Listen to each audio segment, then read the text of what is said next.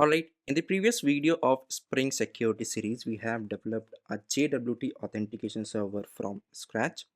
The architecture that we have used in that video was the monolith architecture. That means both authentication server and the resource server were the part of one server only. Okay, and we were using one secret key for both signing and verifying the token, right? Now let's do one thing. Let's decouple this system. That means we are moving towards the microservices architecture. Now we have two separate entities, authentication server and the resource server. Now how this resource server is going to verify the token? So that's the problem. Let's take a look at two different solutions.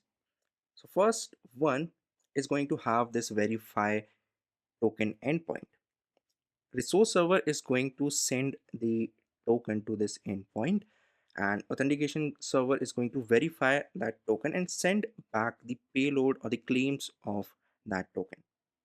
And using that information, resource server is going to serve the request. Right now, what if this authentication server goes down? Now in this case, when this authentication server is down, resource server will not be able to serve the request. It has to wait for authentication server to go live again. So that's the drawback of this solution. So this resource server is highly dependent on the authentication server for token verification. All right, let's see another solution. Now instead of creating the endpoint, what if we share this secret key? Then the dependency of resource server for verifying the token on authentication server will be removed, because now this resource server is having the key itself and it can use that key to verify the token. But the problem is that what if the secret key is compromised? And in that case, whole system will be compromised, because the entity or the person that is having that compromised key can generate fresh token. So this solution solves the dependency problem but introduces the high security risk, and we definitely don't want that. Both of these solutions are using the symmetric key. That means one key for both signing and verifying the token. Now let's go through the asymmetric keys solution. That is, we are going to use two different keys that are private and public key. So this private key will be used for signing the token. That means this will be not shared with anyone, and it is only available to this authentication server. Then we have the public key.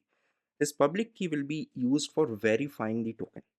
That means this key will be shared and used for verification only. Now, how we are going to share this public key? So there will be one endpoint that is well-known endpoint, and this endpoint is going to share this public key. Now over here you can see that JWKS. Now what is this?